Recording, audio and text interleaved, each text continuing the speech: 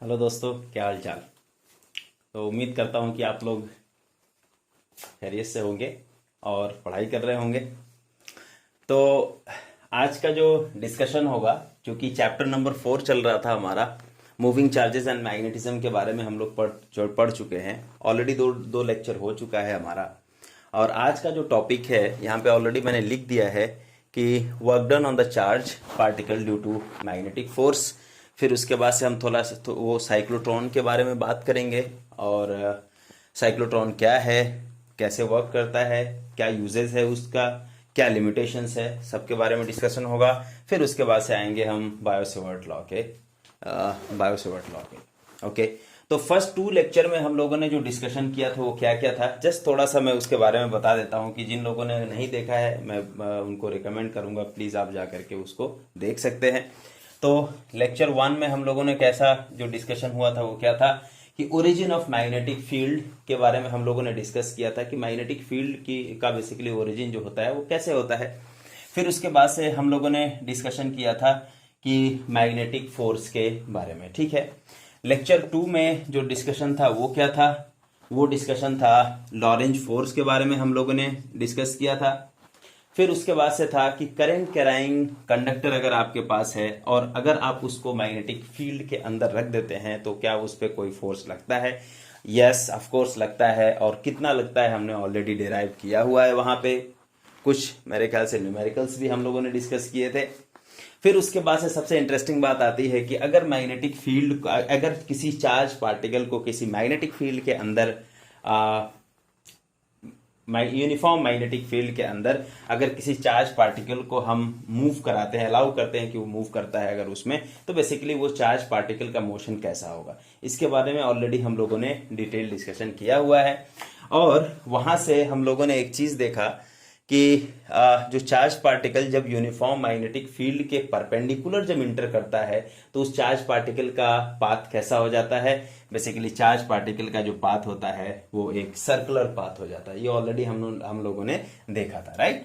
तो आज का जो टॉपिक है बेसिकली ये प्रीवियस टॉपिक से ही रिलेटेड है, उसी का एक्सटेंशन है, उसी के बारे में बात करेंगे, ठीक है। तो चलिए शुरू करते हैं। ये जो फर्स्ट जो टॉपिक होगा वो है हमारा work done on charge particle due to a magnetic force, ठीक है। तो पहला वाला जो टॉपिक उसको हम लिखते हैं, it is a work done, WD मैं लिख दिया, work done on charge particle, work done on charge particle due to magnetic force, ठीक है। मैग्नेटिक फोर्स मतलब बेसिकली क्या हुआ कि चार्ज पार्टिकल जब मैग्नेटिक फील्ड के अंदर मूव करता है तो ऑफ कोर्स हमने एक चीज देखा था कि उस पर एक मैग्नेटिक फोर्स लगता है। क्या वो मैग्नेटिक फोर्स उस चार्ज पार्टिकल पे कोई वर्क डन करेगा, उसी के बारे में डिस्कशन है। तो जस्ट इसको अगर हम इलेक्ट्रिक फील्ड वाले से रिलेट करें कि अगर किसी इलेक्ट्रिक फील्ड के अंदर कोई चार्ज पार्टिकल क्यू को अगर हम रखते हैं, किसी चार्ज पार्टिकल क्यू को, तो क्या होता है, क्या वो वर्क डन करता है, वो चीज हम यहाँ पे देख सकते हैं। तो एक यूनिफॉर्म इलेक्ट्रिक फील्ड ई हमने ले लिया और चार्ज पार्टिकल क्यू को अगर इसके अंदर रख दिया तो चार्ज पार्टिकल क्यू पे, चूंकि पॉजिटिव कंसीडर हमने किया है, चार्ज पार्टिकल क्यू पे एक फोर्स लगेगा और वो फोर्स कितना होगा, Q into E, right. So this is the force acting on this charge particle. फिर उसके बाद से चूंकि फोर्स अगर लग रहा है तो फिर उसके बाद से एक्सेलरेशन होगा, चार्ज पार्टिकल का जो वेलोसिटी होगा वो चेंज होगा। तो एक्सेलरेशन कितना होगा, अगर इसमें चार्ज पार्टिकल्स के मास से डिवाइड कर दें तो हमारा ये एक्सेलरेशन बन जाएगा, होगा नहीं होगा। ये एक्सेलरेशन किस डायरेक्शन में है, इलेक्ट्रिक फील्ड के ही डायरेक्शन में है। मतलब ऐसा हुआ कि ये चार्ज पार्टिकल जो है आपका इधर मूव करने लगेगा, ठीक है। चार्ज पार्टिकल जैसे मूव करेगा, चूंकि वो एक्सेलरेटेड स्टेट में है, वेलोसिटी चेंज होगी। ऑफ कोर्स वेलोसिटी का मैग्नीट्यूड भी चेंज होगा। यहाँ पे वेलोसिटी का मैग्नीट्यूड चेंज होने से क्या हो जाएगा कि चार्ज पार्टिकल की काइनेटिक एनर्जी चेंज हो जाएगी, और change in kinetic energy is basically work done. मतलब क्या हुआ कि वर्क डन वहां पे होने वाला है, ठीक है ना। या अगर हम बात करें अब दूसरे तरीके से, इसको हम देख सकते हैं, क्योंकि फोर्स इस पे लग रहा है कि चार्ज पार्टिकल एक जगह से दूसरे जगह पे जाएगा। मान लेते हैं कि ये dr डिस्टेंस ट्रेवल कर रहा है यहां से, और उस पे जो फोर्स लग रहा है इलेक्ट्रिक फोर्स वो F है। सो जो वर्क डन होगा dW इज इक्वल टू इन दोनों का डॉट प्रोडक्ट हो जाएगा, ठीक है, F डॉट dr, ठीक है। तो ये वर्क डन एक्चुअली होगा जिससे उसकी काइनेटिक एनर्जी चेंज हो जाएगी। सिमिलरली हम इसी को ट्रांसफर कर देते हैं इस वाले केस में आपने कि आपके पास क्या है, एक मैग्नेटिक फील्ड आपने लगा के रखा है, यूनिफॉर्म मैग्नेटिक फील्ड। इसके अंदर आपने क्या किया, एक चार्ज पार्टिकल को इंटर करा रहे हो आप, चार्ज पार्टिकल क्यू को v वेलोसिटी से इंटर करा रहे हो आप। ये क्या होगा, अभी हमने जो इसके पहले वाला लेक्चर था हमने देखा था, इस चार्ज पार्टिकल पे एक फोर्स लगेगा, वो फोर्स क्या होगा, that F is equal to Q into V cross B। तो B is the magnetic field, V जो होगा इसका वेलोसिटी, चार्ज पार्टिकल Q है उस पे फोर्स F लगेगा। और F का डायरेक्शन हम कैसे निकालेंगे, V क्रॉस B का जो हमारा क्रॉस प्रोडक्ट है उस क्रॉस प्रोडक्ट से हम डायरेक्शन निकाल लेंगे। Velocity direction is this, magnetic field अंदर की तरफ है, फोर्स इधर लगेगा, यानी चार्ज पार्टिकल इंटर होते ही उसका जो पाथ होगा वो क्या हो जाएगा, इस तरीके से सर्कुलर हो जाएगा। ठीक है, तो सर्कुलर पाथ हमारा हो गया, चार्ज पार्टिकल का हमारा सर्कुलर पाथ हो गया। ठीक है, ये ऑलरेडी हम लोगों ने डिस्कस किया था। अब एक बात यहां पे करें कि इस पे जो वर्क डन होगा वो कितना होगा। तो मान लेते हैं कि चार्ज पार्टिकल जो है जब इसके अंदर मूव कर रहा है, तो यहां से अगर बहुत ही छोटा सा एक डिस्टेंस हम कंसीडर करें, late us consider this distance is dr या dl, जो भी आप कंसीडर करना चाहें, dr करते हैं क्योंकि यहां पर भी हमने dr ही लिया है, dr कंसीडर करें, वेलोसिटी के ही डायरेक्शन में छोटा सा, बहुत ही छोटा सा पार्ट dr है। फोर्स एक्चुअली उस पे कितना लग रहा है, magnetic force F, so the work done is equal to क्या होगा, F डॉट dr। यही हो जाएगा कि नहीं हो जाएगा, वर्क डन बिल्कुल हो जाएगा। फोर्स और जो डिस्प्लेसमेंट का जो डॉट प्रोडक्ट है that is the work done. अब यहाँ पे एक चीज ये करना है, यहाँ पे एक चीज ये करना है कि जो dr है, डिस्प्लेसमेंट है, उसको आप कैसे लिख सकते हो, डिस्प्लेसमेंट को वेलोसिटी के टर्म में हम कैसे लिख सकते हैं। तो बेसिकली वेलोसिटी को कैसे आप लिखते हो, तो वेलोसिटी इज इक्वल टू होता है डिस्प्लेसमेंट डिवाइडेड बाई टाइम, होता है नहीं होता है। तो dr इज इक्वल टू क्या हो जाएगा, dr इज इक्वल टू हो जाएगा हमारा v dt, ये सभी वेक्टर है। तो dr को हम v dt लिख सकते हैं या नहीं लिख सकते हैं, तो आंसर है बिल्कुल लिख सकते हैं। तो f डॉट, इसको हम ये लिख सकते हैं v, और ये हो जाएगा dt, हो गया है नहीं होगा, और v को अंदर की तरफ खींच लिया, तो जो वर्क डन होगा हमारा चार्ज पार्टिकल q पे वो आपका इतना हो जाएगा। इस वैल्यू को, सिंस जो मैग्नेटिक फोर्स है, मैग्नेटिक फोर्स या लॉरेंज फोर्स का जो बेसिकली मैग्नेटिक वाला पार्ट है वो हमारा ये है, जस्ट इसको हम ये वैल्यू पुट कर दें यहाँ पे, तो Q इंटू क्या हो जाएगा, V क्रॉस B, और फिर यहाँ पे डॉट V है, और फिर उसके बाद से क्या है, फिर उसके बाद से हमारा है इंटू dt। हो जाएगा या नहीं हो जाएगा, ठीक है, समझ में आ रहा होगा मेरे ख्याल से। अच्छा, अब क्या करेंगे भाई, तो क्या हो जाएगा बताओ। देखो इसी को हमें चेक करना है कि ये इसकी वैल्यू क्या हो जाएगी, इसी को हमें चेक करना है। तो क्या वैल्यू हो जाएगा, v cross b, v cross b क्या है, v क्रॉस b, इसको जस्ट गेस भी कर सकते हैं बेसिकली इसकी वैल्यू क्या होने वाली है। एक्चुअली इसकी वैल्यू 0 हो जाएगी, आप देखते हैं कैसे। तो v क्रॉस b का डायरेक्शन किधर, जस्ट डायरेक्शन का ही खेल है ये, v क्रॉस b का डायरेक्शन किधर होगा, जिधर भी हो, लेकिन वेलोसिटी और मैग्नेटिक फील्ड दोनों के परपेंडिकुलर होगा। a क्रॉस b का डायरेक्शन किधर होगा हमको पता नहीं, लेकिन हमको इतना पता है कि a क्रॉस b का जो डायरेक्शन होगा वो a और b दोनों के परपेंडिकुलर होता है, ये होता है। अगर हम बात करें कि velocity is this one, magnetic field का डायरेक्शन अगर हम इधर ले लें तो v क्रॉस b का डायरेक्शन किधर होगा, v क्रॉस b, यानी कि ये आपका मतलब इस डायरेक्शन में होगा, राइट। सो अब देखिए यहाँ पे जो v क्रॉस b होगा वो भी एक वेक्टर होगा है कि नहीं होगा, ये v क्रॉस b है एक्चुअली, राइट।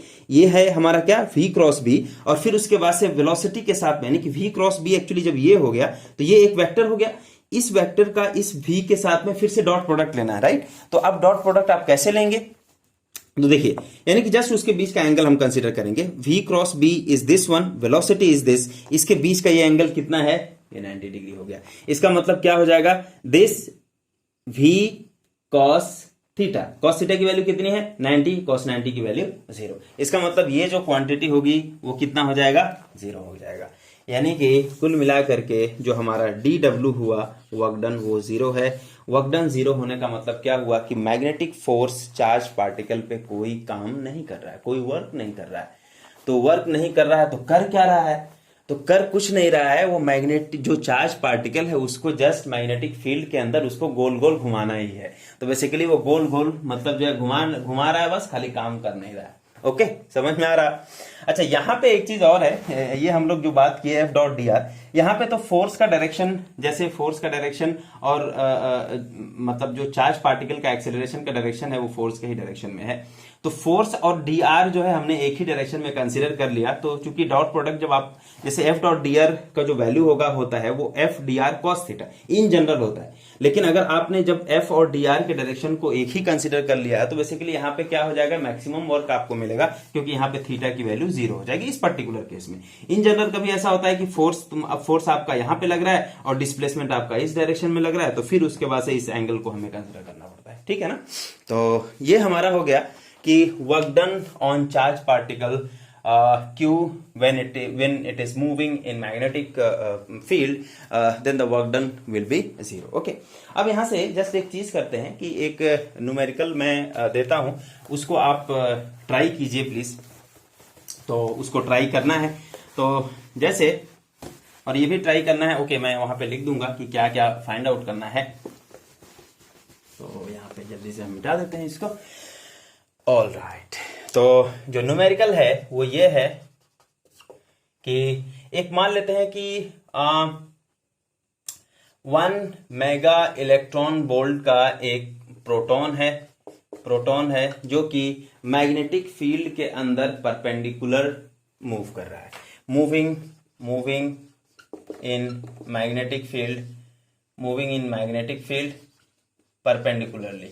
ठीक है, परपेंडिकुलरली मैग्नेटिक फील्ड बी, यहाँ पे जो बी है, बी का वैल्यू दिया है it is 1 tesla. Then find out magnetic force आप निकालिए। मैग्नेटिक फोर्स निकाल सकते हैं। तो देखिए, मतलब क्वेश्चन क्या है, एक प्रोटॉन है, मतलब प्रोटॉन बेसिकली वो मान लेते हैं क्यू है। क्यू का जो चार्ज हो जाएगा 1.6 इंटू 10⁻⁻19 कूलम, ये चार्ज है प्रोटॉन का।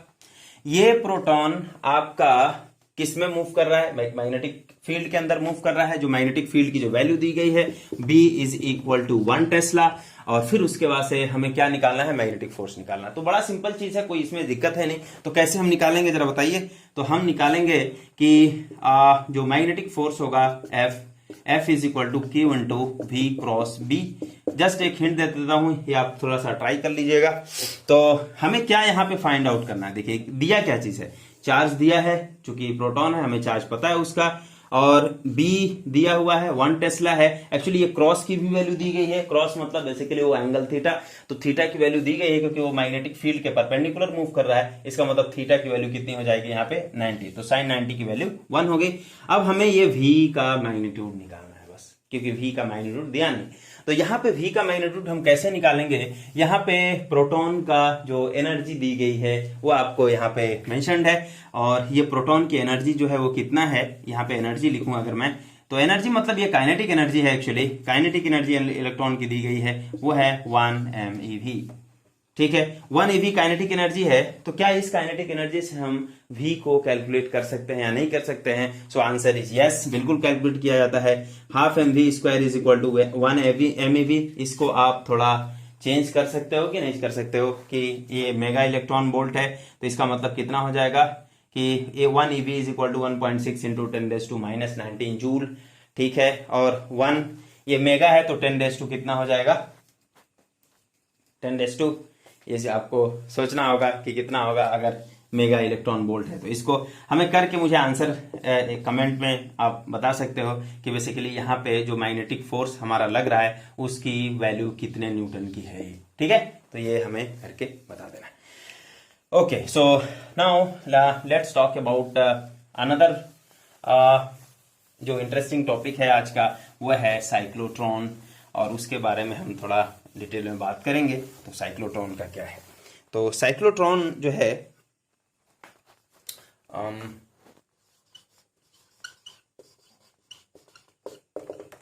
साइक्लोट्रॉन के बारे में बात करते हैं। तो साइक्लोट्रॉन क्या है, तो साइक्लोट्रॉन क्या होता है, इट इज ए डिवाइस। ये एक ऐसा डिवाइस है जो चार्ज पार्टिकल के काइनेटिक एनर्जी को इंक्रीज करता है। क्या है, एक ऐसा डिवाइस है जो चार्ज पार्टिकल के काइनेटिक एनर्जी को इंक्रीज करता है। अच्छा, ठीक है। फिर उसके बाद इस डिवाइस के अंदर आप क्या क्या यूज करते हो, बेसिकली हम एक मैग्नेटिक फील्ड यूज करते हैं, और एक इलेक्ट्रिक फील्ड यूज करते हैं, और चार्ज पार्टिकल मैग्नेटिक फील्ड के अंदर परपेंडिकुलर मूव करता है। तो अभी हमने जस्ट पढ़ा है एक चीज कि चार्ज पार्टिकल मैग्नेटिक फील्ड के अंदर परपेंडिकुलर मूव करेगा तो मैग्नेटिक जो फील्ड होगा उस पर तो कोई वर्क डन नहीं करेगा। जब कोई वर्क डन नहीं करेगा तो बेसिकली उसकी काइनेटिक एनर्जी भी चेंज नहीं होने वाली है वर्क एनर्जी थ्योरम से। कोई काइनेटिक एनर्जी चेंज नहीं होगी तो काइनेटिक एनर्जी बढ़ी कैसे? तो बेसिकली एक और फील्ड लगाया जाता है और वो है इलेक्ट्रिक फील्ड, और उस इलेक्ट्रिक फील्ड की वजह से काइनेटिक एनर्जी चेंज होती है और काइनेटिक एनर्जी इंक्रीज होती है। ठीक है, तो हम उसी के बारे में डिस्कस करेंगे। तो इसका जो कंस्ट्रक्शन होता है यहाँ पे वो कैसा होता है? वो कंस्ट्रक्शन एक्चुअली एक सर्कुलर मेटेलिक डिस्क टाइप का होता है और वो अंदर से खोखला होता है। सर्कुलर मेटेलिक डिस्क जो कि दो पार्ट का होता है, मतलब एक सेमी सर्कुलर आप मान सकते हो। मतलब ये ऐसा होता है, इस टाइप का होता है। मतलब ये आपका कैसा होता है? ये ऐसा होता है, ऐसा। मतलब एक सर्कुलर डिस्क टाइप का आपका ये इस तरीके से होता है हमारा। ओके, ये ऐसा करके। अब इसका ये इसको अगर कंस्ट्रक्शन मैं यहाँ पे बना दूं कि किस टाइप का होता है, तो ये मैं ऐसा बना सकता हूँ इसको कि यहाँ पे ये ऐसा बनाना ठीक होगा मेरे ख्याल से कि इसको हम क्या ऐसा बना सकते हैं, ये ऐसा करके, और ये थोड़ा नैरो रीजन यहाँ पे रहती है, यानी कि ये जो है हमारा कुछ ऐसा करके हो सकता है, ऐसा। ठीक है, और यहाँ पे क्या होता है कि ये बीच में एक्चुअली ये खाली है। ओके, इसका मैं अभी एग्जांपल देकर बताऊंगा कि मतलब ये कैसा होता है। अच्छा, ये जो है चूंकि ये सेमी सर्कुलर टाइप का है तो ये डी की तरह दिखता है, इसीलिए हम इसको क्या बोलते हैं? It is a dees. Okay, dees इसको बोला जाता है। अच्छा, अब जस्ट इसका एक इसका सीमेटिक डायग्राम यहाँ पे मैं बनाता हूं क्योंकि वो फिर मुझे इलेक्ट्रिक और मैग्नेटिक फील्ड दोनों दिखाना होगा। तो मान लेते हैं एक बड़ा सा अगर हम बनाएं तो ये कुछ ऐसा टाइप का दिखता है। मान लेते हैं एक छोटा सा, मतलब वहां चूंकि हमारा ये ऐसा है, समझ में आ रहा नहीं आ रहा है? तो ये हमारा इस टाइप का, ये बहुत ही नैरो सा रीजन होता है, ये ऐसा। और चूंकि ये दोनों एक ही साइड एक ही टाइप का मेरा बनता नहीं है यार, बड़ा समस्या है, ये ऐसा। ओके, अब यहाँ पे क्या है कि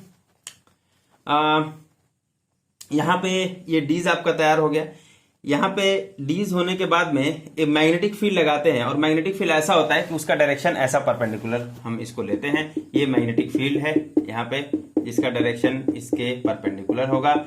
ठीक है, ये कैसा हुआ? अच्छा, मैं उसका एक एग्जांपल देकर बताता हूँ। देखिए, ये जो है आपका, जैसे मान लेते हैं कि इसको मान लेते हैं कि ये सेमी सर्कल टाइप का है, डीज है। ठीक है, तो ये ऐसा होता है, ये ऐसा देखिए, ये इस टाइप का ऐसा अंदर से खोखला होता है। ये डीज जो है अंदर से खोखला है। ठीक है, तो एक जो है आप ऐसा मानोगे और दूसरा वाला इस टाइप का है, ऐसा। मतलब इसका अरेंजमेंट ऐसा है, एक यहाँ पे लगा हुआ है, दूसरा वाला यहाँ पे लगा हुआ, और ये क्या है? खोखला है। और बीच में क्या है? इन दोनों के बीच में एक छोटा सा गैप है।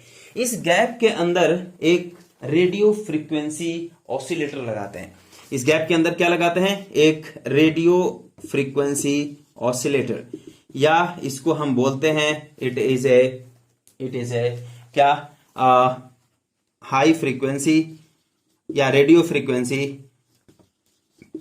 हाई फ्रीक्वेंसी अल्टरनेटिंग वोल्टेज लगाते हैं। ठीक है, हाई फ्रीक्वेंसी अल्टरनेटिंग वोल्टेज लगाते हैं। सेवरल मिलियन हर्ट्ज का होता है ये। ओके, अच्छा, इन दोनों के अंदर इसका मतलब ये हुआ कि ये जो गैप होता है हमारा, इन दोनों के बीच का जो गैप है, उसी के अंदर एक्चुअली इलेक्ट्रिक फील्ड लगता है। क्योंकि ये चूंकि मेटेलिक प्लेट है और इसके अंदर, मेटल के अंदर जो है वो इलेक्ट्रिक फील्ड एग्जिस्ट नहीं करता है, तो इलेक्ट्रिक फील्ड इसके अंदर तो होगा नहीं। तो दोनों के अंदर तो इलेक्ट्रिक फील्ड नहीं है। फिर उसके बाद से क्या है? इलेक्ट्रिक फील्ड कहां पे है? इन दोनों के अंदर इलेक्ट्रिक फील्ड, जो इसके बीच का रीजन होता है वहां पे ऑसिलेटिंग इलेक्ट्रिक फील्ड लगाई जाती है। क्योंकि यहाँ पे देखिए अल्टरनेटिंग वोल्टेज है, मतलब वोल्टेज इन दोनों टर्मिनल के बीच का जो वोल्टेज है वो टाइम के साथ वेरी कर रहा है, एक अल्टरनेटिंग है। इसका मतलब क्या हुआ? उन दोनों के अंदर जो फील्ड जनरेट होगा, वोल्टेज का मतलब क्या हुआ? एक फील्ड जनरेट हुआ। वो फील्ड टाइम के साथ चेंज हो रहा है, वो फील्ड अल्टरनेटिंग है, एक पर्टिकुलर टाइम इंटरवल के साथ में उसका पोलैरिटी चेंज हो रहा है, कभी प्लस कभी माइनस, कभी प्लस कभी माइनस। समझ में आ रहा है? कभी इलेक्ट्रिक फील्ड इस डायरेक्शन में, कभी इस डायरेक्शन में, कभी इस डायरेक्शन में, कभी इस डायरेक्शन में, इस तरीके से होता रह रहा है ऐसा टाइप का। फिर उसके बाद से जैसे ये हमारा सेटअप हो गया, सेटअप तैयार है। यहां नीचे से एक इलेक्ट्रोमैग्नेट लगाते हैं जो कि नॉर्थ इधर है, उसका नॉर्थ पोल, साउथ पोल इधर है। फिर उसके बाद से क्या हुआ, एक मैग्नेटिक फील्ड जनरेट होगा नॉर्थ से साउथ, इसका मतलब मैग्नेटिक फील्ड का डायरेक्शन किधर होगा, ऐसे करके, यानी कि अगर हमने ऐसा करके लगाया तो मैग्नेटिक फील्ड का डायरेक्शन कैसा हुआ, ऐसा टाइप का। तो वही हमने यहाँ पे लिखा है, देखिए मैग्नेटिक फील्ड जो है हमारा इस डायरेक्शन में एक मैग्नेटिक फील्ड हमने ऐसा लगाया। ऑफ कोर्स मैग्नेटिक फील्ड सभी डायरेक्शन में है, सब जगह पे मैग्नेटिक फील्ड एग्जिस्ट कर रहा है, ठीक है। ये मुझे लग रहा है कि हो गया। अब क्या करेंगे, अब जो है जो चार्ज पार्टिकल क्या करते हैं, चार्ज पार्टिकल को यहाँ पे ऑलमोस्ट इसके सेंटर पे छोड़ देते हैं। चार्ज पार्टिकल को अगर आपने उसके सेंटर में रख दिया तो क्या होगा चार्ज पार्टिकल को सेंटर में रखने से, तो ऑफ कोर्स चार्ज पार्टिकल यहाँ रेस्ट स्टेट में है। तो पहली चीज ये है कि भले से आप मैग्नेटिक फील्ड लगा दो तो चार्ज पार्टिकल तो मैग्नेटिक फील्ड के अंदर मूव नहीं करेगा क्योंकि वो रेस्ट स्टेट में है, ठीक है। तो यहाँ पे कौन सा फील्ड इसको मोशन कराने के लिए जिम्मेदार होगा, बेसिकली दूसरा वाला, और वो है इलेक्ट्रिक फील्ड। यहाँ पे एक चीज देखना है कि ये जो दोनों इलेक्ट्रिक और मैग्नेटिक फील्ड है वो कैसे काम कर, क्या मतलब किस टाइप से लगे हुए हैं। ये जो है आपका इलेक्ट्रिक और मैग्नेटिक फील्ड जो है ये यहाँ पे मैग्नेटिक फील्ड इस डायरेक्शन में है, मैग्नेटिक फील्ड बी का जो डायरेक्शन है वो इधर है, और इलेक्ट्रिक फील्ड क्या है, चाहे इस डायरेक्शन में होगा चाहे इस डायरेक्शन में। इसका मतलब बी और ई जो होगा वो एक दूसरे के क्या होगा, परपेंडिकुलर है। बी और ई जो है एक दूसरे के परपेंडिकुलर, और इसी चीज को हम बोलते हैं it is A crossed field. क्या होता है ये, क्रॉस्ड फील्ड, इसको हम बोला जाता है। तो साइक्लोट्रॉन में क्या करते हैं, हम एक क्रॉस्ड फील्ड का यूज करते हैं जो बी और ई है। तो चूंकि ये आपका बी तो इसमें काम अभी नहीं है, क्योंकि ये बी जो है ये चार्ज पार्टिकल को मोशन देने के लिए तो जिम्मेदार है नहीं। तो कौन सा मोशन दे रहा है, इलेक्ट्रिक फील्ड। इसका मतलब ये हुआ कि अगर शुरुआत में इलेक्ट्रिक फील्ड का डायरेक्शन, लेट अस कंसीडर, शुरुआत में इलेक्ट्रिक फील्ड का डायरेक्शन अगर ये हुआ तो चार्ज पार्टिकल क्यू अगर हमने दिया, चार्ज पार्टिकल पे एक एक्सेलरेटिंग मतलब बेसिकली फोर्स लगेगा क्यू इंटू ई, जिसकी वजह से क्यू ई अपॉन एम एक एक्सेलरेशन होगा, चार्ज पार्टिकल जो है इलेक्ट्रिक फील्ड के डायरेक्शन में मूव करेगा। जैसे ही चार्ज पार्टिकल इस डी के अंदर, चूंकि मूव करते हुए क्या होगा, मूव करते हुए जैसे यहां पे अगर हमने मतलब उसको रखा चार्ज पार्टिकल को यहां पे हमने रखा तो मूव करेगा, चूंकि ये अंदर से खोखला है यानी कि इसके अंदर मतलब घुस गया। फिर उसके बाद से क्या होगा, जैसे इसके अंदर गया इलेक्ट्रिक फील्ड काम करना बंद, यानी कि जो भी एक्सिलरेटेड होकर के जितनी भी वेलोसिटी वो गेन किया था उसी वेलोसिटी से ये चार्ज पार्टिकल अंदर की तरफ जाएगा।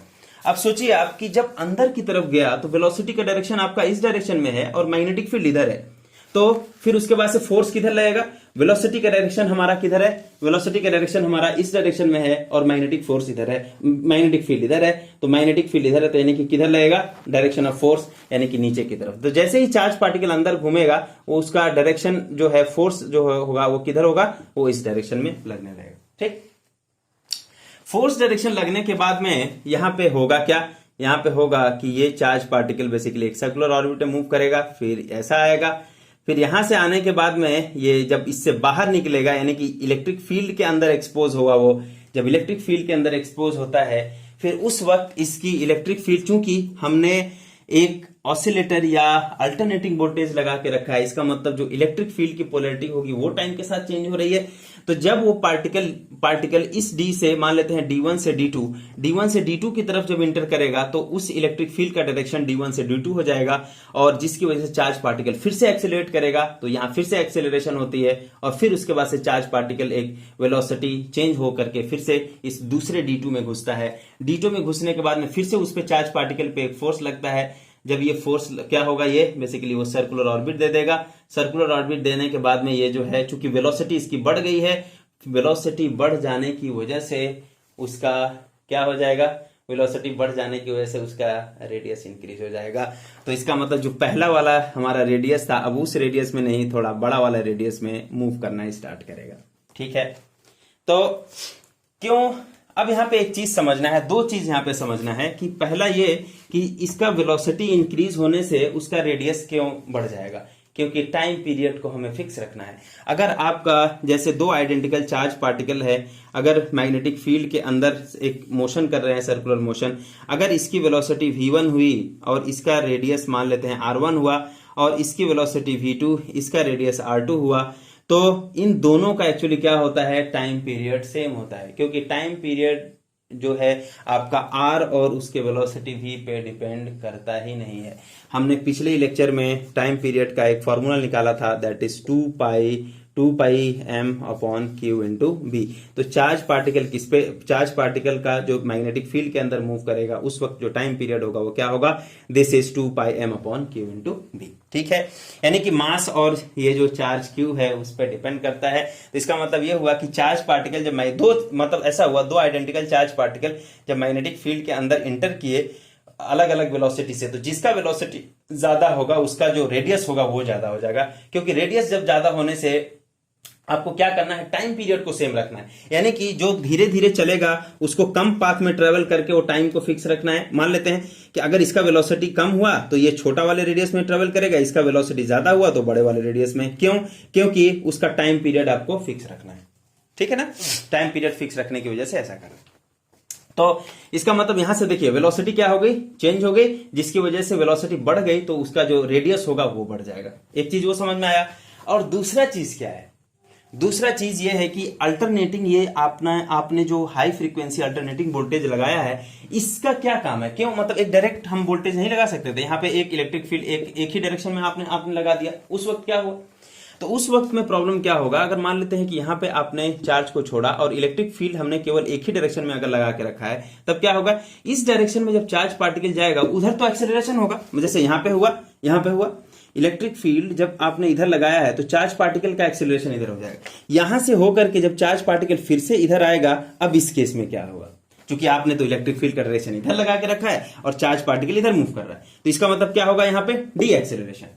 हम किसी भी हाल में डी एक्सेलरेशन नहीं चाहते हैं, क्योंकि हम हर हाल में जो चार्ज पार्टिकल है उसकी काइनेटिक एनर्जी को इंक्रीज करना है, वेलोसिटी को इंक्रीज करना है, घटाना नहीं है, डी एक्सेलरेट नहीं करना है। इसलिए हम क्या कर रहे हैं यहाँ पे कि ये जो है आप अल्टरनेटिंग वोल्टेज देते हैं यहाँ पे। मेरे ख्याल से समझ में आ गया होगा ये दोनों जो कॉन्सेप्ट है।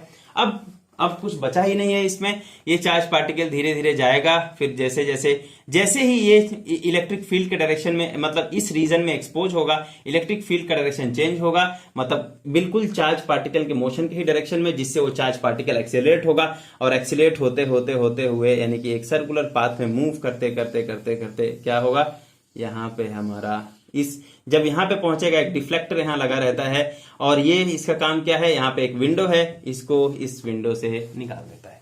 तो यहां से जो चार्ज पार्टिकल हमारा निकला वो एक मैक्सिमम काइनेटिक एनर्जी लेके चार्ज पार्टिकल निकला है। ठीक है, एक मैक्सिमम काइनेटिक एनर्जी लेके निकला है। तो यहां पे बात आती है कि फिर उसके बाद ये मैग्नेटिक फील्ड का काम क्या हुआ। मैग्नेटिक फील्ड तो कोई काम नहीं कर रहा है, तो मैग्नेटिक फील्ड का काम बहुत बढ़िया काम कर रहा है कि उस चार्ज पार्टिकल को गोल गोल घुमा करके फंसा के रख रहा है उधर, कि वो जितना वो ज्यादा वो गोल गोल घूमेगा उसकी काइनेटिक एनर्जी उतना ज्यादा चेंज होगी। मतलब क्यों चेंज होगी, क्योंकि वो उतना ज्यादा बार ये क्या करेगा, ये उस इलेक्ट्रिक फील्ड के अंदर आएगा। जितना ज्यादा बार वो इलेक्ट्रिक फील्ड के अंदर आने वाला है वो क्या होगा, उसकी काइनेटिक एनर्जी उतनी ज्यादा इंक्रीज करेगी। क्योंकि काइनेटिक एनर्जी आपको पता है कि अगर v पोटेंशियल डिफरेंस से आप किसी चार्ज पार्टिकल को एक्सीलरेट करते हो तो उसकी काइनेटिक एनर्जी कितनी हो जाती है, q इंटू वी, राइट। तो हर बार ये ऐसा ही होगा। अब यहाँ पे जस्ट एक चीज अगर हम बात करें कि चार्ज पार्टिकल यहां से यहां तक, मान लो कि अगर n टाइम्स यहां से निकलने के पहले n टाइम्स अगर इसने मतलब जो है इसके अंदर घूमा हुआ हो, n टाइम्स अगर घूमा हुआ हो, तो इस चार्ज पार्टिकल का जो काइनेटिक एनर्जी होगा वो कितना हो जाएगा, वो थोड़ा सोचने वाली बात है। तो जस्ट इसका आंसर मैं थोड़ा बाद में बताऊंगा, पहले इसको पूरा कर लेता हूं कि उसके बाद में क्या होगा। तो हमें निकालना क्या है, चार्ज पार्टिकल जब आपका यहां से बाहर निकला उस समय उसकी काइनेटिक एनर्जी किसके बराबर होगी, यही हमें फाइंड आउट करना है। तो कैसे हम करेंगे, तो यहां पे ऐसा हो जाएगा कि जब चार्ज पार्टिकल निकलने वाला होगा उस वक्त वो जो सर्कल होगा वो सबसे बड़ा वाला सर्कल होगा या नहीं होगा। ठीक है, तो हम क्या करेंगे, कैसे हमें काइनेटिक एनर्जी निकालना है। काइनेटिक एनर्जी कैसे निकालेंगे, तो काइनेटिक एनर्जी निकालने का जो फॉर्मूला है वो है हाफ mv²। यही हम काइनेटिक एनर्जी ई के काइनेटिक एनर्जी हम निकालेंगे। काइनेटिक एनर्जी को हम इसको निकालने के लिए बेसिकली हमें वेलोसिटी चाहिए। कैसे निकालेंगे, ये जस्ट इसके पिछले वाला लेक्चर में हम लोगों ने बात किया था, जब चार्ज पार्टिकल एक यूनिफॉर्म मैग्नेटिक फील्ड के अंदर परपेंडिकुलरली मूव करता है उस वक्त एक्चुअली उसका वो जो, चूंकि वो सर्कल में घूम रहा है, बेसिकली उसका जो टाइम पीरियड है या फिर हमने फ्रीक्वेंसी वगैरह हर एक कैलकुलेट किया था, इवन वहाँ से ही एक्चुअली वेलोसिटी का फॉर्मूला आ जाता है कि वेलोसिटी कितनी होगी। तो वही सब देख लेंगे।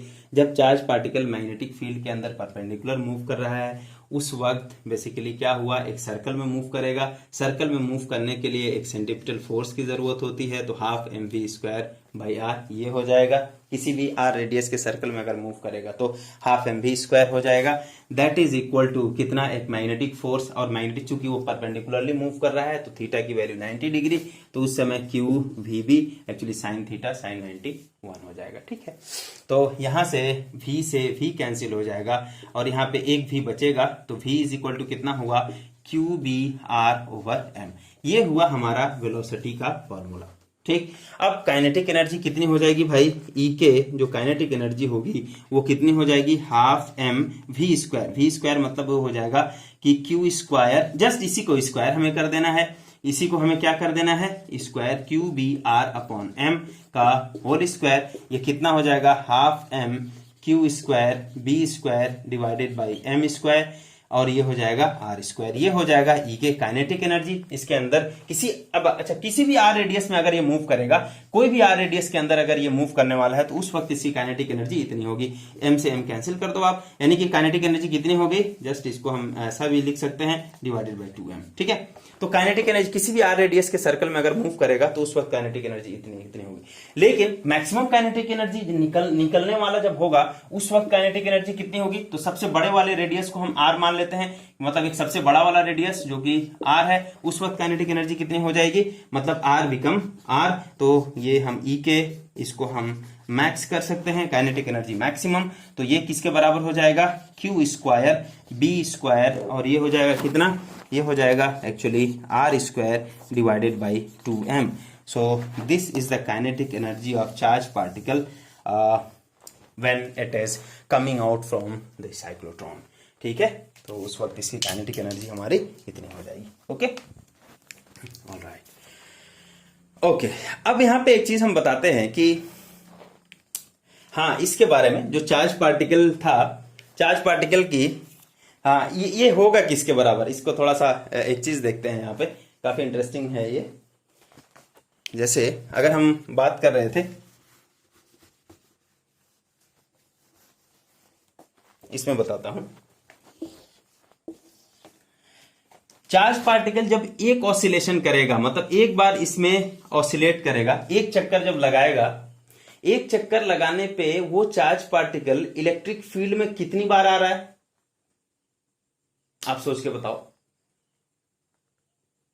चार्ज पार्टिकल जैसे यहां पे था, चार्ज पार्टिकल एक ऑसिलेशन करने में, एक ऑसिलेशन ये हुआ इसका या नहीं हुआ, एक ऑसिलेशन करने में चार्ज पार्टिकल इलेक्ट्रिक फील्ड के अंदर कितनी बार आ रहा है, तो एक ऑसिलेशन करने में चार्ज पार्टिकल एक बार इधर आ रहा है, एक बार इधर, मतलब 2 बार, यानी कि 2 बार जब ऑसिलेशन करेगा, ये 2 बार जब ऑसिलेशन करेगा तो कितनी बार आएगा, 4 बार आएगा। इसका मतलब ये हुआ कि जब निकलने से पहले अगर हो सकता है कि अगर वो n टाइम ऑसिलेट किया हो, तब निकलने से पहले, मतलब यहां से निकलने से पहले जब n टाइम अगर ऑसिलेशन होगा तो चार्ज पार्टिकल कितनी बार इलेक्ट्रिक फील्ड में आया होगा, वो होगा 2 × n, राइट, 2 × n होगा। अगर n उसका यहां पे निकलते नंबर ऑफ ऑसिलेशंस जब निकलेगा वो तब का है, तो 2n हो जाएगा। और जब एक बार इलेक्ट्रिक फील्ड के अंदर आया, यहां पे इलेक्ट्रिक फील्ड आपका E लग रहा है, राइट, इलेक्ट्रिक फील्ड E लग रहा है, और ऑफ कोर्स पोटेंशियल डिफरेंस है, यहां पे भी हम एनर्जी की बात कर रहे थे, तो यहां पे पोटेंशियल डिफरेंस V है, और चार्ज पार्टिकल Q जब इसके अंदर आ रहा है, तो उस वक्त यानी कि जब एक बार आया इसके अंदर तो एनर्जी कितनी हो जाएगी, Q × V, राइट। तो जब एक कंप्लीट ऑसिलेशन करेगा तो उस वक्त एनर्जी कितनी हो जाएगी, Q2 × QV हो जाएगा या नहीं हो जाएगा, या एक बार जब आया तो Q × V हो गया, और कितनी बार आया था इलेक्ट्रिक फील्ड के अंदर, 2n, इसका मतलब 2n Q × V जो होगा ये इसकी एक्चुअली एनर्जी हो जाएगी, और यही एनर्जी निकलते हुए एनर्जी है। इसका मतलब ये जो एनर्जी होगा ये Q² B² R² divided by 2m, ये किसके बराबर हो जाएगा, 2n Q × V। ये इसके बराबर भी लिख सकते हो आप, ठीक है ना। तो ये हमारा हो गया, उसके बाद भी लिखा जा सकता है। अच्छा, अब बात करते हैं थोड़ा इसके लिमिटेशंस पे। तो लिमिटेशंस पे थोड़ा बात करें कि साइक्लोट्रॉन का जो लिमिटेशन है वो क्या है।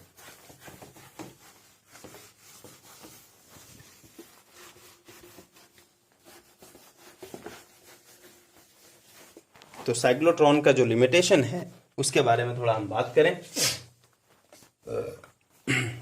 सॉरी, साइक्लोट्रॉन का जो लिमिटेशन है उसके बारे में थोड़ा, हाँ,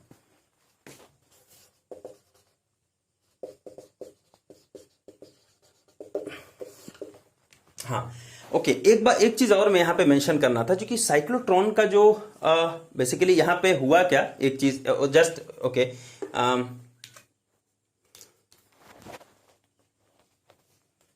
ये, हाँ, साइक्लोट्रॉन का जो वर्किंग प्रिंसिपल था,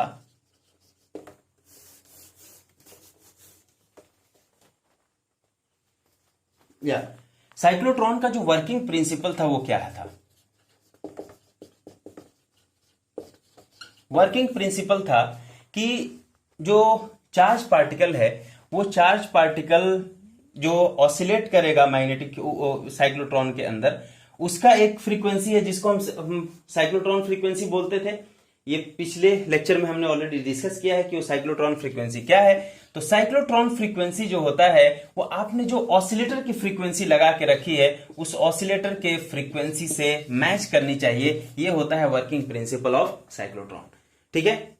अब हम बात करते हैं इसका लिमिटेशंस के बारे में। तो लिमिटेशन क्या है, लिमिटेशंस के बारे में बात करें। लिमिटेशंस क्या है इसका, तो जस्ट इसको एक चीज याद रखना है कि जो इसका वर्किंग प्रिंसिपल है वो क्या है, cyclotron frequency must be equal to the frequency of oscillator, okay. और तो लिमिटेशंस के बारे में बात करते हैं, ठीक है। अब जब साइक्लोट्रॉन के अंदर वो चार्ज पार्टिकल मूव करके एक्चुअली वो स्पाइरल होकर के यहां से निकलेगा तो उसकी काइनेटिक एनर्जी मैक्सिमम हो जाएगी। तो बेसिकली काइनेटिक एनर्जी मैक्सिमम होने का मतलब ये हुआ कि वेलोसिटी मैक्सिमम हो गई, उसकी वेलोसिटी बहुत ज्यादा हो रही है। तो क्या इसकी वेलोसिटी कितनी ज्यादा हो जाएगी, क्या इसकी वेलोसिटी लाइट के कंपेरेबल में हो सकता है, वो इंटरेस्टिंग फिनोमेना है। लाइट के कंपेरेबल में हो सकता है क्या, अगर हाँ तो कैसे, नहीं तो कैसे। तो लाइट के कंपेरेबल में कैसे हो सकता है, वही चीज हमें देखना है। तो यहां पे जब आप मानेंगे कि वेलोसिटी लाइट के कंपेरेबल में हो गई तो इसका मतलब यह हुआ कि आपको रिलेटिविस्टिक इफेक्ट को कंसीडर करना पड़ेगा। न्यूटनियन मैकेनिक्स में हम रिलेटिविस्टिक इफेक्ट को कंसीडर नहीं करते हैं। वहां पे क्या होता है, मास जो होता है वो वेलोसिटी के साथ वेरी नहीं करता है, लेकिन रिलेटिविस्टिक थ्योरी में मास जो होता है वो वेलोसिटी के साथ वेरी करता है। इनफैक्ट वेलोसिटी बढ़ने से मास जो है वो बढ़ता जाता है, ठीक है। और मास जो है कैसे बढ़ता है, वो mass m is equal to m0 upon √1 minus v square upon c square होता है। अब देख सकते हैं कि जो डेली हमारा मतलब जो डेली लाइफ में अगर हम बात करें, जस्ट एक पत्थर को आपने उठाया और एक पत्थर को आप ऐसे फेंक रहे हो, क्या आप एक्सपेक्ट करोगे कि उसका मास जो है बढ़ गया होगा?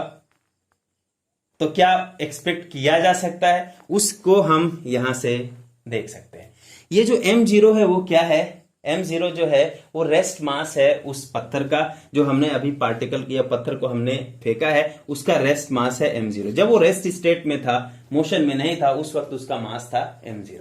जब उसको हमने एक v velocity, let us consider v is equal to, आप मान लीजिए कि v is equal to 50 metre पर सेकेंड से आपने उसको चार्ज अब मतलब ये जो पत्थर है उसको आपने फेंका, क्या उसका मास वेरी करेगा, वही हमें देखना है। तो मास वेरी करने के लिए आपको ये इक्वेशन का यूज करना पड़ेगा। इस इक्वेशन का जब यूज करेंगे, आप सोचिए आप कि वेलोसिटी जो है वो 50 मीटर पर सेकेंड है और नीचे जो है c का जो वैल्यू है वो कितना है, 3 इंटू 10⁸ मीटर पर सेकेंड। 3 इंटू 10⁸ मीटर पर सेकेंड को एक्चुअली बोलने में ऐसा होता है कि हम उसको फील नहीं करते, लेकिन जस्ट अगर उसको ऐसा बोले कि 3 लाख किलोमीटर पर सेकेंड, यानी कि ये कितना है 3 लाख किलोमीटर है हमारा ये लाइट का स्पीड, 3 लाख किलोमीटर पर सेकेंड। 1 सेकेंड में 3 लाख किलोमीटर है और यहाँ पे 1 सेकेंड में 50 मीटर चल रहा है। और इसका हमें स्क्वायर लेना है और इससे इसके स्क्वायर से हमें डिवाइड करना है। इसका मतलब आप सोचो कि v square by C square की जो वैल्यू होगी वो कितनी छोटी होगी 1 से। इसका मतलब 1 माइनस वी स्क्वायर बाई जो सी स्क्वायर होगा वो किसके बराबर होगा, वो ऑलमोस्ट 1 के ही बराबर होगा। इसका मतलब यहां से m जो है वो आपका m0 के बराबर होगा। यानी कि आपने पत्थर को जब फेंका, उस फेंकने का जो मूविंग स्टेट है, मूविंग स्टेट के अंदर भी उसका जो मास है वो क्या है, वो चेंज नहीं हो रहा है, मास जो है वो m ही रह रहा है। लेकिन अब यहां पे बात यही आती है कि अगर वेलोसिटी जो है लाइट के कंपेरेबल हो गई तब क्या होगा। तो वेलोसिटी अगर लाइट के कंपेरेबल हो जाएगी तब आप इस v को c के रिस्पेक्ट में निग्लेक्ट नहीं कर सकते। एग्जांपल के तौर पे अगर v is equal to let us consider 6 into 10⁷ metre पर सेकेंड। अब इतना ज्यादा वेलोसिटी अगर हो गया तो क्या आप इसको निग्लेक्ट कर पाओगे, नहीं कर पाएंगे। तो उस वक्त क्या होगा, तो हम यहीं पे मान लेंगे कि वहां पे जो साइक्लोट्रॉन में जो वेलोसिटी हो रही है वो इंक्रीज कर रही है, और इंक्रीज करते करते हो सकता है कि जो वेलोसिटी है वो आपका इसके कंपेरेबल में हो गया, वेलोसिटी इस टाइप की कहीं हो गई। अब उस केस में क्या होगा, तो उस केस में हम यही चीज देखेंगे कि क्या मास का कोई वेरिएशन हो रहा है। तो अगर मास का वेरिएशन होगा तो क्या हो जाएगा, फिर भी मास का वेरिएशन होने से भी क्या हो जाएगा। तो अब यहां पे हमें समझना है कि यहां पे v square by C square की वैल्यू क्या होगी। v स्क्वायर ये वैल्यू रखेंगे, c की वैल्यू 3 इंटू 10⁸ मीटर पर सेकेंड, उन सब का स्क्वायर करेंगे और नीचे डिवाइड करेंगे तो ये 1 से छोटा आएगा या नहीं आएगा। इसका मतलब ये हो जाएगा कि 1 minus we square by C square, ये भी वैल्यू 1 से छोटी होगी या नहीं होगी। अरे ये ऑफकोर्स ये मतलब v square by C square ये लेस देन 1 ही होगा, ये एक पॉजिटिव नंबर होगा या नहीं होगा। और फिर उसके बाद से इसमें से आपने 1 माइनस सम पॉजिटिव नंबर को आप घटा रहे हो और वो भी वैल्यू 1 से छोटी है, तो ये जो वैल्यू आएगी वो भी 1 से छोटी हो जाएगी। 1 से छोटी वैल्यू है और उसका आप स्क्वायर रूट कर रहे हो और वो डिनोमिनेटर में है, उसकी वैल्यू क्या हो जाएगी, उसकी वैल्यू भी 1 से छोटी होगी। तो 1 से छोटी वैल्यू है यहाँ पे, मतलब क्या हुआ, v की वैल्यू जैसे जैसे आप इंक्रीज करते जाओगे ये 1 minus we square upon C square जो होगा वो भी धीरे धीरे हमारा क्या होगा, छोटा होता जाएगा। इसका मतलब क्या हुआ कि ये जो डिनोमिनेटर है, डिनोमिनेटर में ये वैल्यू हमारी छोटी होती जाएगी, डिनोमिनेटर की वैल्यू छोटी होती जाएगी। इसका मतलब ये हो जाएगा कि m0 अपॉन ये जो डिनोमिनेटर होगा उसकी वैल्यू क्या होगी, उसकी वैल्यू हमारी इंक्रीज होती जाएगी। समझ में आ रहा है कि नहीं आ रहा है। जैसे एग्जांपल के तौर पे हम जस्ट इसका एक एग्जांपल देते हैं, m is equal to m0 upon, हमें क्या करना है, इस डिनोमिनेटर की वैल्यू को छोटा करते जाना। जैसे एग्जांपल के तौर पे पहले जो वैल्यू थी 0.6 थी, फिर उसके बाद से ये वैल्यू हो गई m0 अपॉन 0.5, फिर उसके बाद से कभी m0 अपॉन 0.4, फिर उसके बाद से कभी m0 अपॉन 0.3। अब आप बताओ कि ये जो मास इसके करस्पॉन्डिंग आएगा वो मास क्या होगा। जब 0.6 था तो जो मास था, जब 0.5 हुआ तब मास क्या हुआ, 0.4 हुआ तब मास, 0.3 तब मास। इसका मतलब क्या होगा, ये मास जो होगा वो बड़ा होगा, ये मास उससे छोटा, उससे छोटा, उससे छोटा, राइट। यानी कि ये जो वेलोसिटी है, वेलोसिटी की वैल्यू को जैसे जैसे आप इंक्रीज करते जा रहे हो, वेलोसिटी की वैल्यू को देखो, वेलोसिटी की वैल्यू को इंक्रीज करते जाएंगे, फिर क्या होगा, 1 minus we square upon C square, ये क्या होता जाता है, होता जाएगा, ये छोटा होता जाएगा। छोटा होने से ये जो डिनोमिनेटर है वो छोटा होता जा रहा है, लेकिन चूंकि ये डिनोमिनेटर में है तो इसका मतलब ये पूरी वैल्यू को बड़ा करता जाएगा। इसका मतलब v की वैल्यू जैसे हम बड़ा करते जा रहे हैं, m की वैल्यू होती जा रही है वो इंक्रीज होती जा रही है। समझ में आ रहा है, नहीं आ रहा है। मेरे ख्याल से इस एग्जांपल से समझ में आ गया होगा कि अगर यहाँ पे m1 रखें, यहाँ पे m2 रखें, यहाँ पे m3 रखें, यहाँ पे m4 रखें, तो इसमें रिलेशन क्या होगा, ये जो डिनोमिनेटर है इसकी वैल्यू अगर हमारी कम होती जा रही है तो ये जो मास होगा मतलब m1 is less than m2 is less than m3 is less than m4, यानी कि सबसे ज्यादा ये है और सबसे वैल्यू कम इसकी है, ठीक है। और ये वैल्यू कम कब है, जब v की वैल्यू हमारी ज्यादा है तब। तो v की वैल्यू जैसे जैसे ज्यादा हो रही है, ये जो वैल्यू है वो कितना हो रहा है, वो ज्यादा होता जा रहा है। तो v की वैल्यू ज्यादा होने से, मतलब ऐसे ही मैं बोल रहा हूँ, v की वैल्यू ज्यादा होने से क्या हो रहा है, मास की वैल्यू, मतलब मैंने शायद सही बोला है कि v की वैल्यू हमारी जब ज्यादा होगी तो मास की जो वैल्यू होगी वो धीरे धीरे इंक्रीज करती जाएगी, ठीक है। ये मेरे ख्याल से समझ में आ गया होगा। तो अब सोचिए कि मास की वैल्यू अब इतना तो कंफर्म हो गया कि वेलोसिटी इंक्रीज होने से मास इंक्रीज हो गई। मास इंक्रीज होगा तो क्या हो जाएगा, क्या तूफान आ जाएगा मास इंक्रीज होने से भाई? तो वही हमें देखना है कि क्या तूफान आ रहा है। अब देखते हैं तूफान के बारे में बात करते हैं कि तूफान क्या आ जाएगा।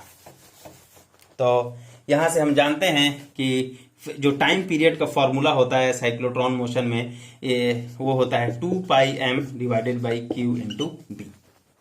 इसका मतलब जो फ्रीक्वेंसी होगा वो क्या होगा 1/t। इसका मतलब ये हो जाएगा QB/2πm। इसका मतलब जो फ्रीक्वेंसी क्या हुआ QB/2πm, ये हुआ फ्रीक्वेंसी मास के इनवर्सली प्रोपोर्शनल है। V बढ़ रहा है, V बढ़ने से मास इंक्रीज हुआ, मास इंक्रीज करने से फ्रीक्वेंसी डिक्रीज हो जाएगी। फ्रीक्वेंसी मतलब क्या हुआ नंबर ऑफ ऑसिलेशन पर सेकेंड। एक सेकेंड में कितना नंबर ऑफ ऑसिलेशन किया है, यानी कि वो ऑसिलेशन क्या हो रहा है कम हो रहा है धीरे धीरे।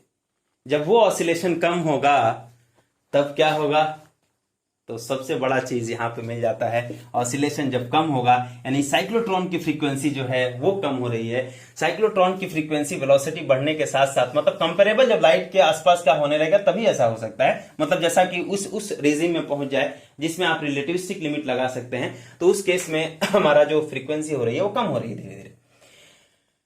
साइक्लोट्रॉन में आपने जो ऑसिलेटर की फ्रीक्वेंसी लगाया है वो फिक्स्ड है, और ये क्या हो रहा है, ये धीरे धीरे कम हो रहा है। इसका मतलब क्या हो रहा है, जो वर्किंग प्रिंसिपल हुआ साइक्लोट्रॉन का वही ब्रेक हो गया। ठीक है, यानी कि जो वर्किंग प्रिंसिपल है वो हमारा एक ब्रेक हो गया कि न्यू जो है वो अब जो है न्यू सी के बराबर नहीं हो रहा है।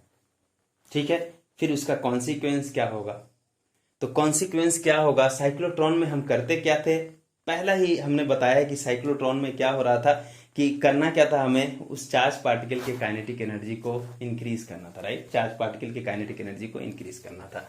अब अभी आप सोचो कि फ्रीक्वेंसी कम हो रही है धीरे धीरे। मतलब पहले ये था कि इन दोनों की फ्रीक्वेंसी मैच हो रही थी। इसका मतलब ये हो रहा है कि इसके करस्पॉन्डिंग जो फ्रीक्वेंसी थी, मान लेते हैं कि ये यहां से यहां तक घूमने में जितना टाइम लगा रहा है, फिर फ्रीक्वेंसी कम हुई। इसका मतलब क्या हुआ उतने समय में अब जो है ये जो चक्कर लगाएगा वो थोड़ा कम कर लेगा, फिर उतने ही समय में दूसरी बार में वो चक्कर कम कर लिया, फिर उसके बाद से उतने समय में कम, यानी कि क्या हुआ उतने समय में धीरे धीरे उसका जो ऑसिलेशन है वो धीरे धीरे कम हो रहा है। क्या कभी ऐसा पॉसिबिलिटी नहीं हो सकता है कि, यानी कि देखिए जो अल्टरनेटिंग आपने वोल्टेज लगा के रखा है उसकी फ्रीक्वेंसी ये जो साइक्लोट्रॉन फ्रीक्वेंसी उससे मैच कर रही थी। मतलब जब पार्टिकल यहां पे आया, इसका जो इलेक्ट्रिक फील्ड का डायरेक्शन इधर हो गया, जब पार्टिकल यहां पे आया तो इलेक्ट्रिक फील्ड का डायरेक्शन इधर हो गया। लेकिन अब आप सोचो कि यहां से अगर मान लो कि ये घूमते घूमते अगर इसका फ्रीक्वेंसी कम होने लगे, तो ये धीरे धीरे अगर ये कम होता है फ्रीक्वेंसी अगर धीरे धीरे कम होता है तब तो क्या होगा कि ये तो उसी फ्रीक्वेंसी से चल रहा है। इसका मतलब ये यहां पहुंचा तो ये चार्ज पार्टिकल मतलब ये जो आपने इलेक्ट्रिक फील्ड लगाया था उसका डायरेक्शन ये था। अब ये धीरे धीरे यहां पे पहुंचा तो हो सकता है कि इलेक्ट्रिक फील्ड का डायरेक्शन क्या होगा, इधर हो गया। यानी कि इलेक्ट्रिक फील्ड जब इधर हुआ और चार्ज पार्टिकल अब यहां पे पहुंचा है, तब क्या होगा, चार्ज पार्टिकल का वेलोसिटी का डायरेक्शन इधर है और इलेक्ट्रिक फील्ड का डायरेक्शन इधर है। इसका मतलब क्या हुआ, यहाँ पे वेलोसिटी इंक्रीज ना होने के बजाय डिक्रीज हो रही है। इसका मतलब क्या हो जाएगा, वो सीज कर जाएगा। मतलब बेसिकली ऐसा हो रहा है कि बेसिकली हमारा काइनेटिक एनर्जी जिस पर्पस के लिए हम यूज कर रहे थे वो नहीं हुआ। ठीक है, तो इसलिए ये लिमिटेशन है आपका जब उस रेजिम में पहुंच जाता है। तो अब यहां पे ओके, जस्ट इस रिलेटिविस्टिक के बारे में इसको खत्म करने के बाद में एक चीज मैं बोलूंगा। अब एक चीज और इसमें आता है कि हम इलेक्ट्रॉन को क्यों नहीं एक्सीलरेट कर पाते हैं। तो मतलब जो है electron is not accelerated in this cyclotron, right. Electron is not used for the acceleration in cyclotron। ठीक है, इलेक्ट्रॉन का यूज हम साइक्लोट्रॉन में मतलब नहीं करते। ऐसा क्यों? एक्चुअली इसका रीजन क्या है, इसका रीजन ये है, यहाँ पे अगर हम बात करें तो इसका रीजन क्या हो सकता है। इसका रीजन एग्जैक्टली वही चीज है कि इसका मास जो है वो बढ़ने लगता है, वेलोसिटी इंक्रीज करने लगती है, वेलोसिटी इंक्रीज करने लगेगी तो ये जो साइक्लोट्रॉन का जो फ्रीक्वेंसी है, बेसिकली उस पार्टिकल का जो रिवोल्यूशन मतलब इलेक्ट्रॉन का रिवॉल्विंग जो फ्रीक्वेंसी है, वो फ्रीक्वेंसी ऑसिलेटर फ्रीक्वेंसी से मैच नहीं करती है। ऑसिलेटर फ्रीक्वेंसी से मैच नहीं करती है तो कभी ऐसा भी हो सकता है कि उसका जो आपका काइनेटिक एनर्जी इंक्रीज होने के बजाय वो सीज हो रहा है, डिक्रीज हो रहा है। ठीक है, तो इसीलिए हम इस इलेक्ट्रॉन का जो होता है एक्सेलरेशन में यूज नहीं करते। अब हमने एक चीज पढ़ा है यहाँ पे कि यहाँ पे चार्ज पार्टिकल का कि मास के बारे में कि मास जो है वो इंक्रीज होता है और तो उसकी फ्रीक्वेंसी हमारी डिक्रीज हो जाती है, राइट, वेलोसिटी के साथ में। तो अब एक चीज अगर हम एक बात बोलें कि इस फ्रीक्वेंसी को हम फिक्स कैसे रख सकते हैं, जो ये फ्रीक्वेंसी, इवन दो उस केस में भी क्या कोई ऐसा डिवाइस है जो इस चीज को फुलफिल करे। मतलब कहने का मतलब क्या हुआ मैं बताता हूं।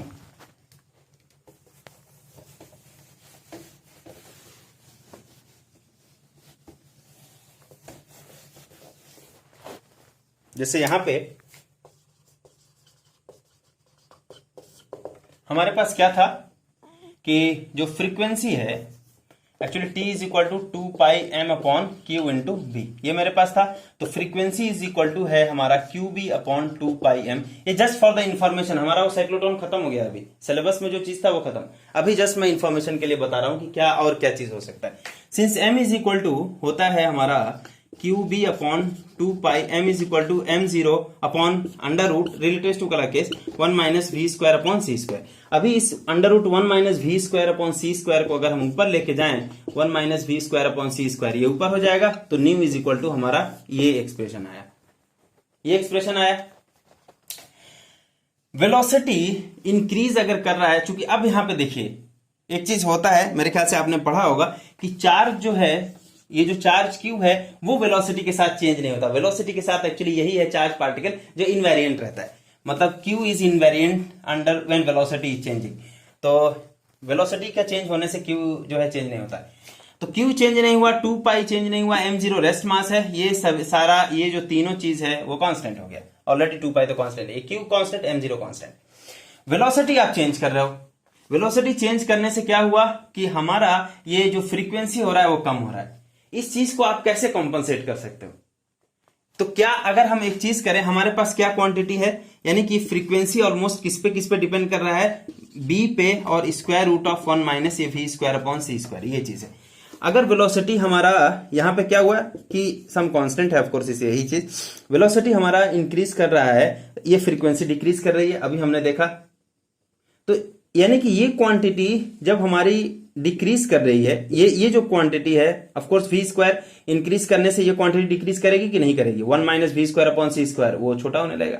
ये क्वांटिटी छोटा हो रही है, इसका मतलब यही फ्रीक्वेंसी छोटी हो रही है। इस चीज को, फ्रीक्वेंसी को फिक्स रखने का क्या तरीका है हमको? अगर मैं ये बोलूं कि हर एक केस में ये जो फ्रीक्वेंसी है वो ऑसिलेटर का जो फ्रीक्वेंसी है उसके बराबर हो, उसके केस में क्या होगा?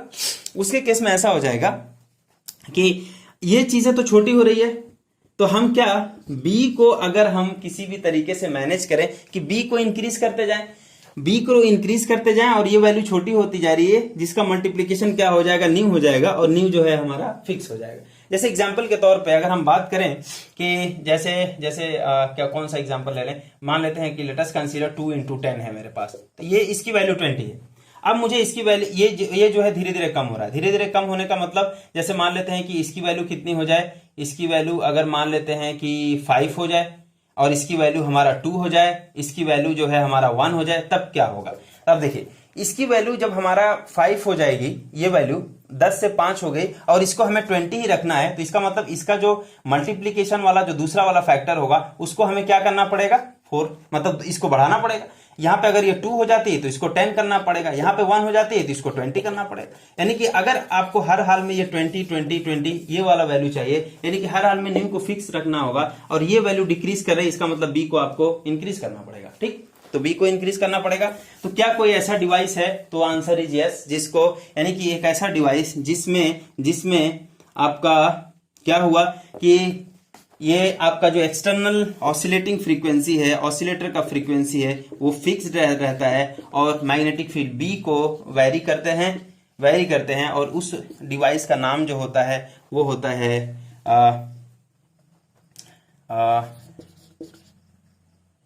सिंक्रोटोन। उस डिवाइस का जो नाम होता है वो क्या होता है? Synchrotron. Yes, so that device is known as synchrotron, जिसमें जो ऑसिलेटर फ्रीक्वेंसी होती है वो फिक्स रहती है, बी को वेरी करते जाते हैं सच दैट न्यू की वैल्यू फिक्स हो जाए। ठीक है।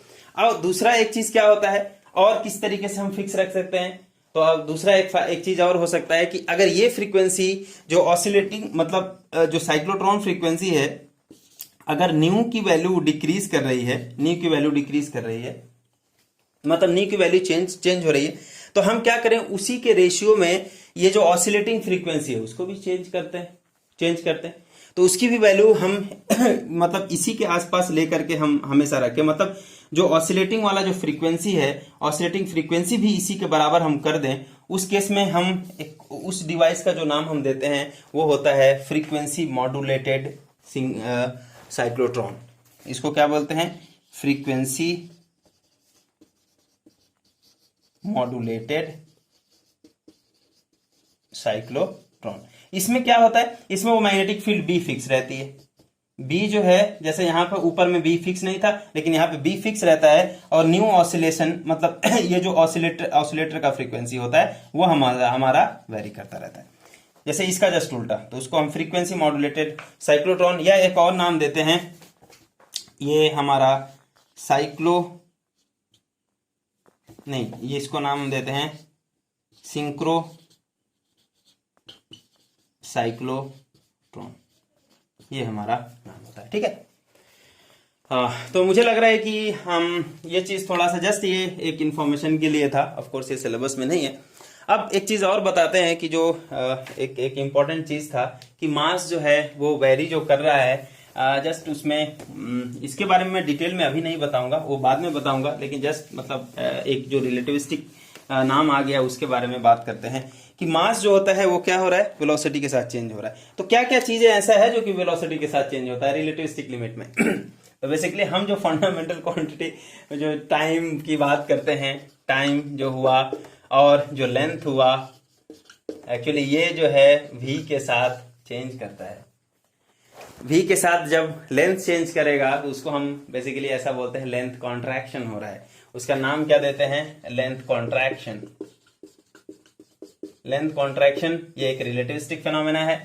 फिर उसके बाद से टाइम जो होता है, टाइम का वेलोसिटी का इफेक्ट अगर टाइम के साथ टाइम पे हो रहा है तो इसको हम बोलते हैं टाइम डायलेशन। टाइम डायलेशन भी एक फिनोमेना है और टाइम डायलेशन का जो कॉन्सिक्वेंस होता है वो क्या है? एक बहुत अच्छा एक एग्जांपल है जिसको हम बोलते हैं it is A twin paradox. ठीक है, ट्विन पैराडॉक्स इसको बोला जाता है। तो ये यहाँ पे ये जो फिर उसके बाद से क्या हुआ कि केवल टाइम और लेंथ जो है वो वेलोसिटी पे डिपेंड नहीं करता है, बल्कि अब मास भी वेरी करता है। मतलब जो तीनों हमारा जो फंडामेंटल क्वांटिटी था, मास, टाइम और लेंथ, वो वेलोसिटी पे डिपेंडेंट हो जाता है। और वो मतलब वो ऑफ कोर्स मैंने तो लिख ही दिया कि मास कैसे डिपेंड करता है, m is equal to m0/1 minus v square over c square. और ये जो है किसका कॉन्सिक्वेंस है? ये एक्चुअली टाइम डायलेशन का ही कॉन्सिक्वेंस होता है। It is a direct consequence of time dilation कि कैसे m is equal to m0/√1 minus v square by c square होता है। इसके बारे में मैं एक और अलग से वीडियो बनाऊंगा और ये सब चीजों को थोड़ा समझने की कोशिश करेंगे। लेंथ कॉन्ट्रैक्शन क्या है, टाइम डायलेशन क्या है और उसके अंदर ये ट्विन पैराडॉक्स क्या है, और फिर उसके बाद से ये मास का जो वेरिएशन है वो कैसा है। ठीक है, तो ये हमारा मेरे ख्याल से बात हो गया। अब इसके बारे में ओके, सो नेक्स्ट में हम आज के लिए इतना ही। नेक्स्ट के लिए हम Biot-Savart law, actually next video में हम देखेंगे बायो-सेवर्ट लॉ और उस पर कुछ न्यूमेरिकल का हम करने का कोशिश करेंगे। तो उम्मीद करता हूं कि ये वीडियो आप लोगों को समझ में आया होगा। और अगर मान लेते हैं इसमें कोई दिक्कत हो रहा है कुछ भी समझने में, तो मेरे ख्याल से प्रीवियस जो हमारा लेक्चर है उस पे आप प्लीज उसको देख सकते हो, उसको समझ सकते हो, वहां से और भी चीजें क्लियर हो जाएंगी। जैसे वो साइक्लोट्रॉन फ्रीक्वेंसी क्या है ऑलरेडी हमने वहां डिस्कस किया था, इवन उसकी वैल्यू भी निकाली थी और यहाँ पे डायरेक्ट हमने यूज किया है। ठीक है, तो वो वीडियो अगर आप देखेंगे तो बहुत क्लियर हो जाएगा। And thank you very much, और आप पढ़ते रहिए। Okay, good bye.